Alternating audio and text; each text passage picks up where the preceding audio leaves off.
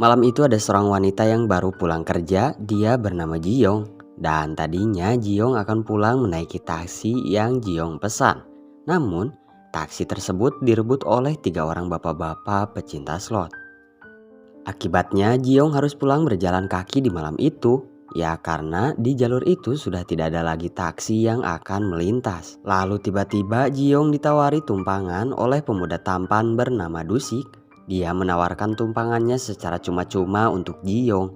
Namun Jiyong tidak enak hati dan menolak tawaran Dusik. Tapi setelah Jiyong melangkah lumayan jauh dari Dusik, Jiyong mendengar suara minta tolong dari dalam mobil Dusik. Jiyong pun merasa aneh dan mencoba melihat lebih dekat.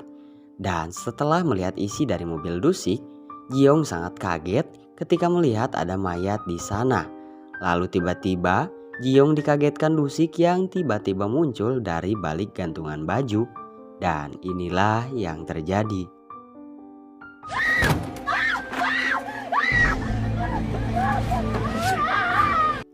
Setelah aksi kejamnya pada Jiyong, Dusik langsung menelpon polisi untuk memanipulasi kejadian pembunuhan ini.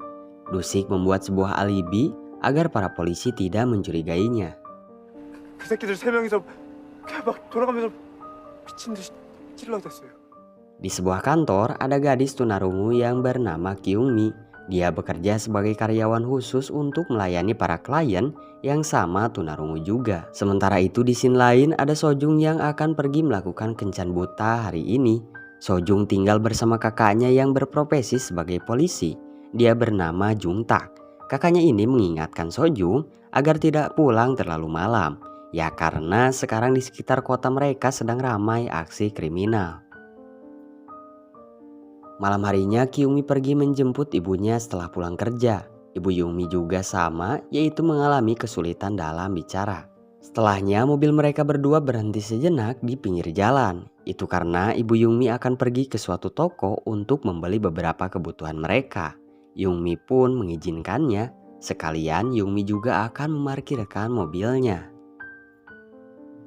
Lalu ketika Ibu Yungmi akan berjalan ke toko yang dituju, Dusik langsung mempersiapkan alatnya untuk menikam Ibu Yungmi. Ya karena sekarang Dusik sedang mengincarnya. Namun tetapi aksi penikaman itu gagal dikarenakan ada Sojung yang baru saja pulang kencan buta. Dan akibat kesal karena targetnya gagal ditikam, akhirnya Dusik mengubah rencananya, yaitu Dusik menargetkan Sojung. Scene berpindah, malam itu Jungtak baru pulang kerja. Namun ia tidak melihat keberadaan adiknya di rumah. Jungtak sangat khawatir, apalagi ketika ia menelpon Sojung, panggilannya tidak mendapatkan respon sama sekali. Setelah menikam Sojung, Dusik menargetkan ibunya Yungmi lagi. Lalu inilah yang terjadi.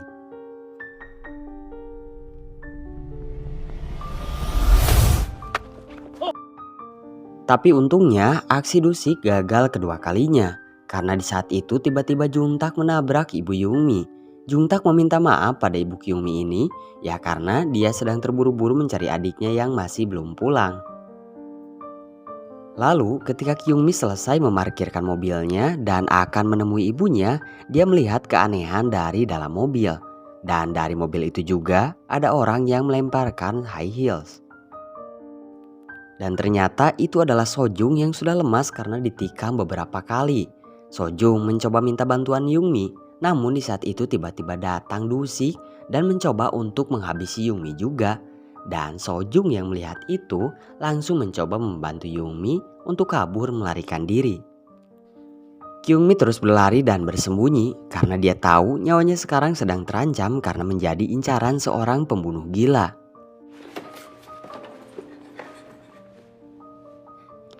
Hingga akhirnya Yungmi berhasil masuk ke dalam mobil untuk berlindung. Tetapi tiba-tiba alat sensor gerak dan suara yang ada di hadapan ini bereaksi. Kyungmi menoleh ke arah samping dan ternyata Dusik sudah ada di dalam mobil Yungmi.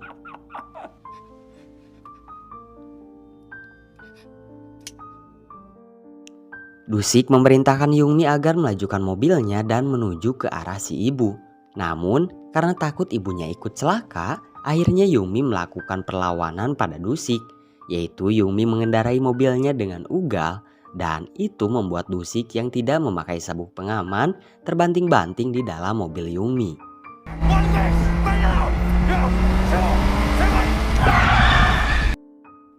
Setelahnya, Yungmi berlari ke arah ibunya dan segera menekan tombol darurat sebagai bentuk panggilan kepada pihak polisi sekitar. Dan setelahnya, Dusik datang menemui Kyungmi dan ibunya dengan setelan yang berbeda. Namun di sini, Kyungmi ternyata tidak mengetahui bahwa orang yang ada di hadapannya ini adalah Dusik yang mencoba memburunya sedari tadi. Dusik mencoba berpura-pura menanyakan adik perempuannya yang hilang pada Yungmi. Dusik di sini memberikan beberapa ciri-ciri orang yang ia cari. Lantas, Yungmi yang tahu akan ciri-ciri tersebut segera membantu menunjukkan lokasi orang yang Dusik cari. Ya karena sebelumnya ia melihat Sojung yang menjadi korban penikaman. 노란 옷에 하얀 구두 신었을 거예요. 제가 근처에서 동생을 만나기로 했는데 갑자기 연락이 안 돼서요. Dan setelah berjalan beberapa langkah dari tempat tombol darurat, Dusik bersiap untuk menyerang Yungmi dan ibunya. Namun tetapi, polisi yang Yungmi panggil sudah tiba di tempat itu. Yungmi di sini menjelaskan kejadian yang ia lihat dan ia alami, seperti melihat orang yang tertikam, dan Yungmi juga mengisyaratkan pada polisi ini bahwa dirinya dikejar oleh seseorang bermasker yang mencoba untuk membunuhnya. Lalu Yungmi dibawa ke kantor polisi untuk ditanyai lagi lebih rinci apa yang Yungmi lihat.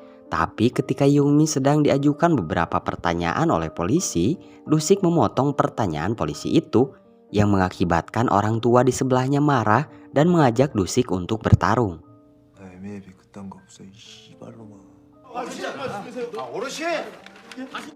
Akibat kekacauan ini, orang tua yang mengajak Dusik berkelahi dibawa keluar oleh beberapa petugas. Lalu di malam ini juga Juntak datang ke kantor polisi ini untuk bertanya. Namun Juntak tidak mendapatkan jawaban dari para petugas. Untungnya Juntak di kantor itu bisa mendapatkan informasi tentang adiknya dari Yungmi. Ya karena sebelumnya Juntak memperlihatkan foto adiknya itu, alias Sojung. Dan Dusik di sini mengancam ibunya Yungmi agar tidak mengadu.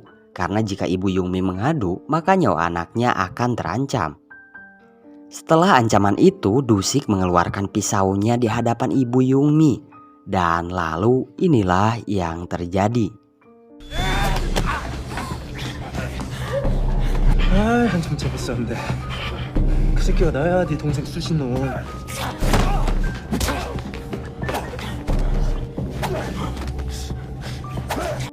Akhirnya Juntak mengetahui bahwa adiknya telah dicelakai oleh Dusik ini. Juntak mencoba menanyakan di mana Dusik menyembunyikan Sojung. Namun sayangnya Juntak ditembak alat kejut listrik. Itu karena dua polisi polos yang berhasil tertipu oleh Dusik karena merengek seolah dia sekarang menjadi korban kekerasan. Pada akhirnya Dusik dibebaskan dari kantor polisi itu begitu saja. Malahan para polisi yang polos tadi mencoba minta maaf pada Dusik. Setelah Juntak sadar dari pingsannya, dua polisi ini diberitahu fakta sebenarnya bahwa yang Juntak serang tadi adalah orang yang telah mencelakai adiknya dan menyembunyikannya.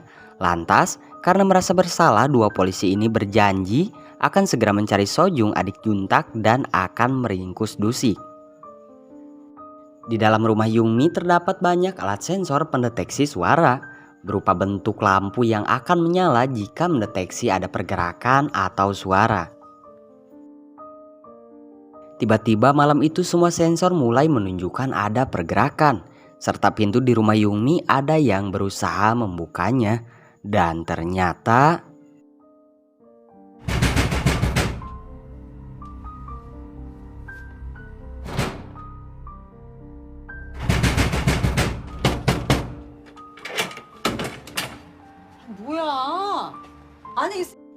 ternyata itu adalah bibinya Yungmi yang akan membawa beberapa barang yang tertinggal di sana. Karena barang yang akan dibawa lumayan banyak, akhirnya ibu Yungmi membantu membawakan barang tersebut. Sayang sekali Dusik yang melihat kepergian ibunya Yungmi mencoba masuk ke dalam rumah. Sensor yang ada di dalam mulai menunjukkan reaksi. Yungmi merasa takut karena semua sensor mulai aktif menunjukkan ada pergerakan. Dan ketika Yungmi menyusuri ruangan,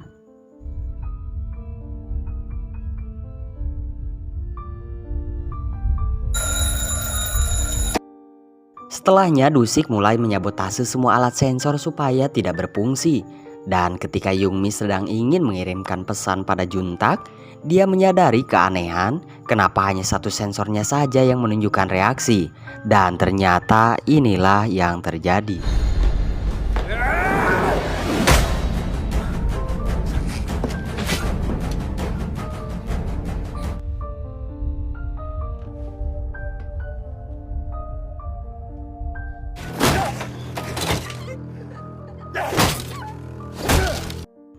Yungmi berhasil berlari cepat menghindari Dusik, yang mana aksi kejar-kejaran itu kebetulan dilihat juga oleh Juntak, dan pada akhirnya Juntak mengikuti untuk membantu Yungmi.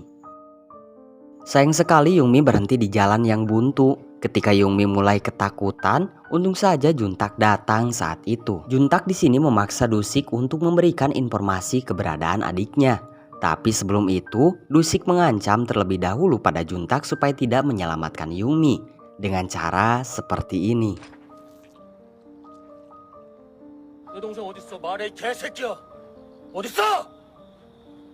Akhirnya karena takut kehilangan informasi lokasi adiknya, akhirnya Juntak pergi meninggalkan Yungmi bersama Dusik. Dan Juntak berlari cepat untuk segera menuju ke alamat yang Dusik berikan.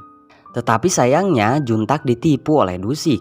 Ternyata lokasi yang Dusik berikan adalah alamat rumah Yungmi. Dengan amarah yang membara, Juntak menelpon Dusik. 찾는다고 했을 텐데 숨었나 한번 잘 찾아봐. Di tempat Yungmi, dia mencoba melarikan diri dari Dusik dengan cara melemparkan pasir ke arah matanya. Dan cara ini pun berhasil membuat Yungmi bisa melarikan diri. Dan di rumah Yungmi, ibu Yungmi mempunyai firasat buruk tentang anaknya. Dia meminta agar mencari Yungmi segera mungkin karena si ibu takut anaknya celaka. Di tengah pelariannya, Yungmi melihat Sojung yang turun dari mobil Dusik.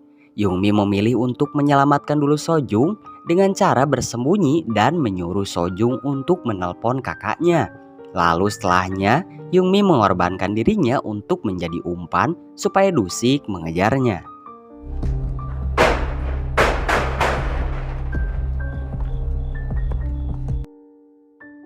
Setelahnya, Jungsik akhirnya bisa menemukan adiknya ini. Juntak bertanya pada Sojung kemana Yungmi sekarang. Dan Sojung memberitahukan bahwa Yungmi masih dikejar oleh Dusik, si pembunuh, ke arah kota. Sementara itu Yungmi kesusahan untuk menghindar dari Dusik. Dia berlari tanpa arah untuk menghindar dari Dusik. Dan ketika di kerumunan orang, Yungmi meminta tolong pada beberapa orang yang melihatnya. Namun karena Yungmi yang tidak bisa bicara, akhirnya Dusik kembali berakting bahwa Yungmi adalah adiknya yang kabur karena sedang mengalami gangguan mental. 내 동생이니까 건들지 마요. 내 동생 다치면 당신 책임질 거야? 아! Yungmi yang merasa usahanya sia-sia, dia langsung melarikan diri lagi. Tapi sayangnya dia ditangkap oleh beberapa orang tentara yang mempercayai Dusik bahwa Yungmi ini adalah adiknya. Dan ketika Yungmi yang berhasil ditangkap kembali oleh Dusik, dia segera dibawa ke lorong gelap karena sekarang Yungmi akan segera dibunuh. Tetapi tiba-tiba inilah yang terjadi.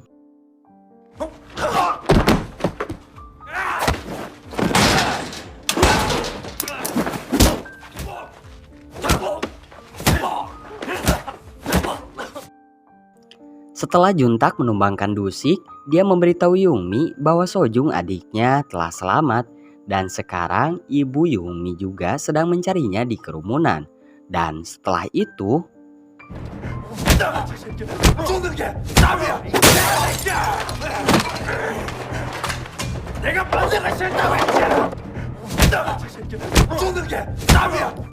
Dusik yang berhasil mengalahkan Juntak langsung memilih untuk mengubah targetnya menjadi ibu Yungmi untuk dibunuh. Dan ketika Yungmi ikut mencari keberadaan ibunya, dia melihat Dusik hampir akan menyakiti ibunya. Langsung saja Yungmi berlari kencang untuk menyelamatkan ibunya itu.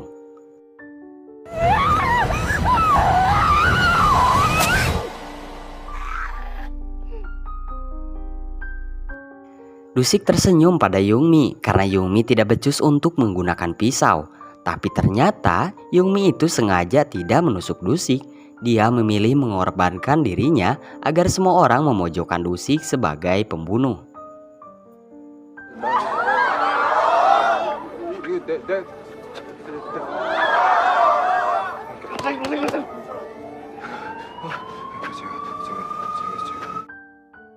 Ketika Dusik akan diamankan oleh polisi, dia malah menyerang polisi tersebut tanpa rasa takut. Yungmi yang melihat itu merasa puas karena sekarang Dusik sudah terpojok. Dan Dusik yang melihat ejekan dari Yungmi mencoba lagi untuk mendekatinya. Tapi inilah yang terjadi.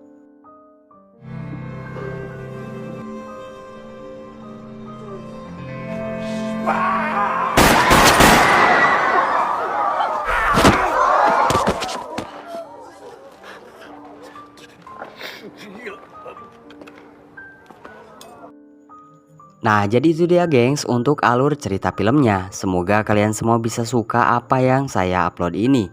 Dan jika kalian gak keberatan, tolong bantu channel ini dengan cara like video ini dan subscribe juga channel ini.